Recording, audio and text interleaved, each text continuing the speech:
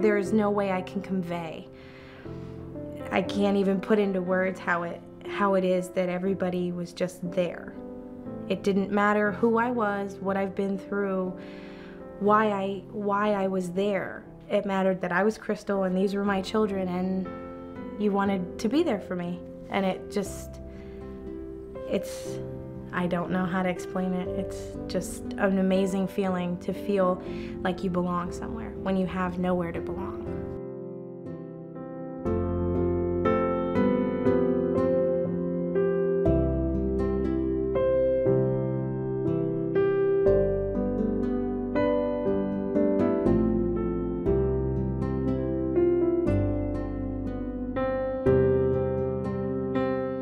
I'm on your side. It's your first time meeting us, and you would like to know about us, but it's maybe the 30th time we're getting asked the same question over and over, and there's some good days for us, there's some bad days for us, you know, and just take that into consideration. Some of us, like, I'm a talker. I like to talk a lot, but maybe let the guest initiate. Maybe they want to offer information. Maybe they don't, you know. Basically, I would say be careful how you approach a person. You're a stranger, first of all, to them, and especially if they don't have family here, you know, they might be a little skeptical. So I would think the best way to just introduce yourself and let them open up to you. You know, sometimes they want to share their soul with you, but just to be a listener, not to be critical. Be helpful, ask if there's anything you can do for them. You're probably not their first experience, you know. Many times the guests will make you feel comfortable. But yes, it's just a matter of relax. It's just some more people there, visit with them, you know, let them take the lead. They'll tell you what they're going to tell you, and just that there is somebody there that cares about them. Yeah, you avoid things like, where are you from, or where are you living, or you know, what happened, or those kinds of things. Just greet them, always greet them with your name first. And that gives, and if sometimes they, you know, and then you say, and what's your name, and how do you like to be addressed? I was very shy, didn't know, you know, what to expect from the volunteers. And I met a couple of volunteers when I first went to the church, and they were very, very warm, very caring, loving. They didn't pry. It was almost just like a family. You just walked into a very loving place. You know, they talked to you like you were a normal person. They didn't judge you.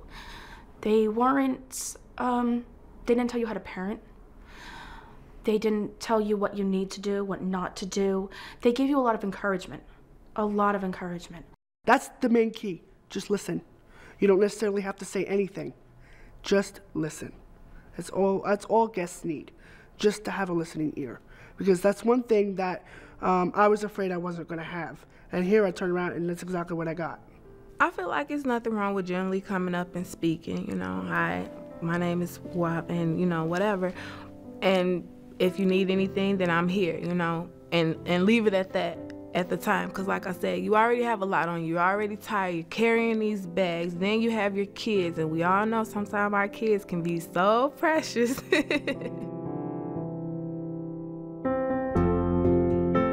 It's hard sometimes.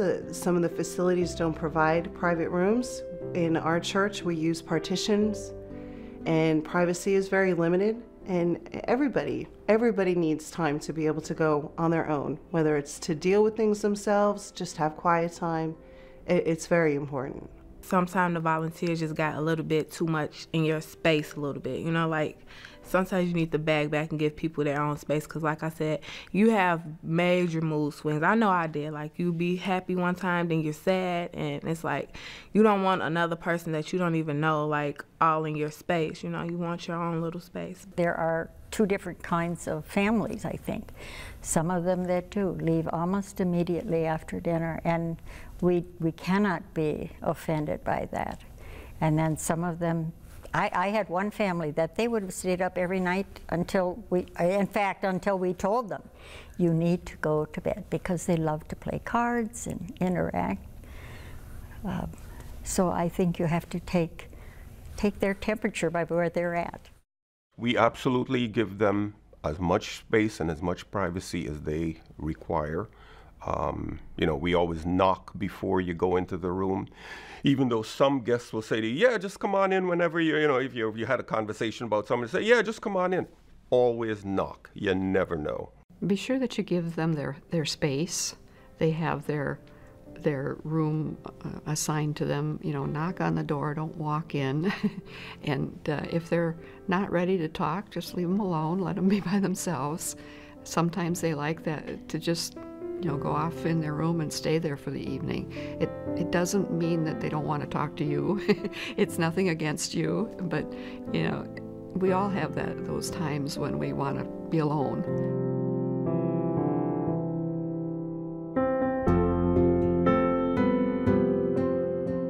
There were times that it was difficult for her at the beginning, because when there were kids coming in, she would be scared that maybe they'd go to her school. And there were times at the beginning that she didn't even want to get out of the room, and until she kind of like gradually graduated from that stage.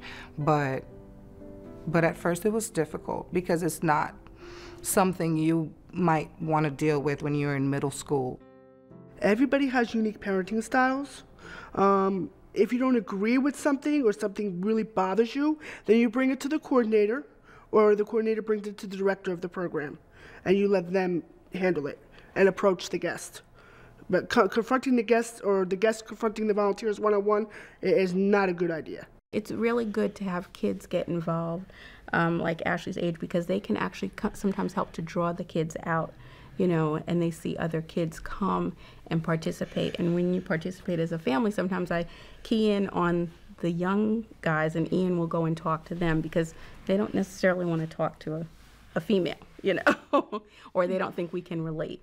Sometimes kids will be kids. It is like, well, do you want to play cards a little bit longer? And, you know, they'll be like, well, Mom, they said that I could play cards. And no, I said you have to go to bed.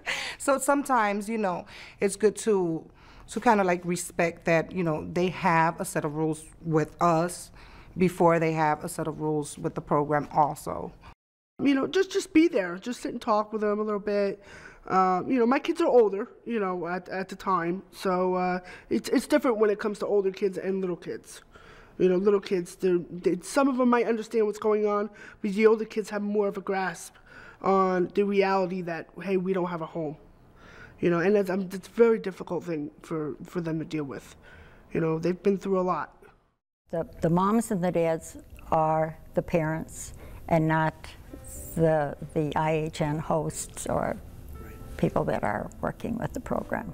You wanna be with them, help them, pay attention to them, but you're not their parent. And it's sometimes tough to understand what that parenting style is, and you know, let that be the guide.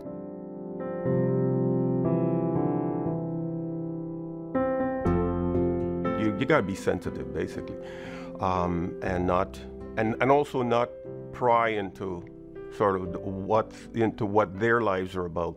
If they want to talk about something, by all means, let them and listen, and be sort of sensitive to how you respond to what they say. I think trying to just think of everybody who's in the space at the same time as being there together, rather than referring to you know, them and us, that they're here, and separating that out, and just, if when you use someone's name instead of a label, or use a name instead of a pronoun, then they're people. And when you're talking to the guests, to talk to them about our space as their home, you know, if they need something from the kitchen, if they need something from their room, giving that kind of direction, it becomes more inclusive, and it doesn't separate out that they at this moment are homeless.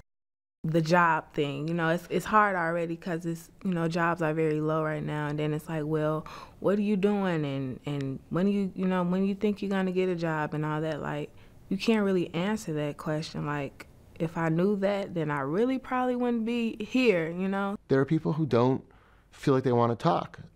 Maybe they're just in too tough of a state. Maybe they're not people who love sharing their innermost emotions and feelings.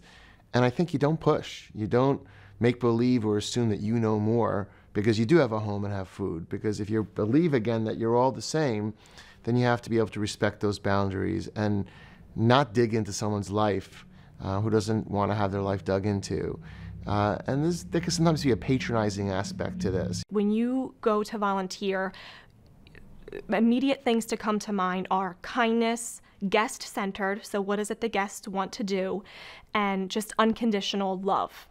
I'm a single mother, so pushing and prying about how come their father's not there, or why is he not there, is he ever going to be around, has he passed away, that's too much, that's too prying, and that's hard because as a single mother I think about it every day to begin with.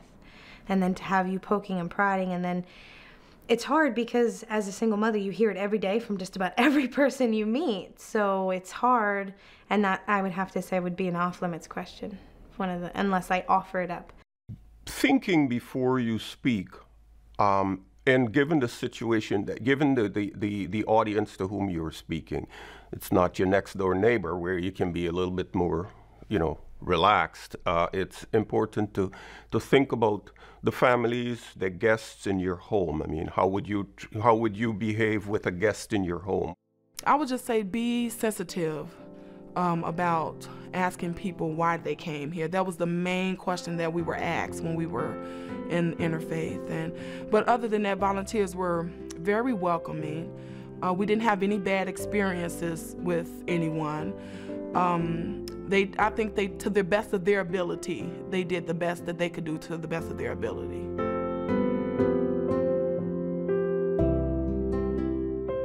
It changes your life. The IHN, that's the only thing I can say, it changes your life. Makes you more humble. It makes you, when you view somebody who's homeless, you view it differently once you've experienced it. I never used to view it the way I view it today. I used to look at homeless people and walking down the street and be like, well, why doesn't he just do something about it? It's not always like that. And I learned that because I went through this experience. It was like climbing a mountain. You're coming from the valley and you study climbing and climbing. It don't seem like you're going to ever get to the top. But it was the most rewarding thing that could have possibly happened to us when we did finally make it to the top. It is the stepping stone from when you've hit rock bottom. It is, I'm gonna cry. You're at that place where you can't go anywhere else. You've hit rock bottom and it's almost like you're in this dark place and somebody reaches out a hand. It is the most amazing feeling in the world. You feel like a bad mother. You have 2 children who you can't feed. You don't have a home for them, and they depend on you for every second of every day. And family promises, here, take my hand, it's gonna be okay. And it is okay.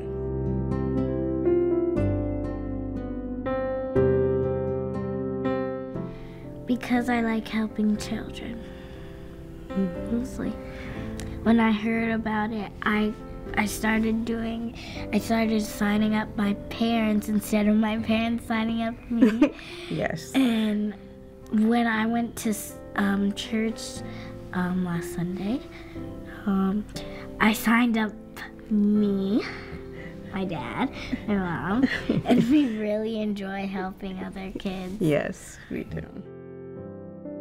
And to admire the families that come through, because I think the families that I've seen come through IHN sometimes give me a glimpse in how strong humanity can be, because I see them being strong people who love their children, who want to do better.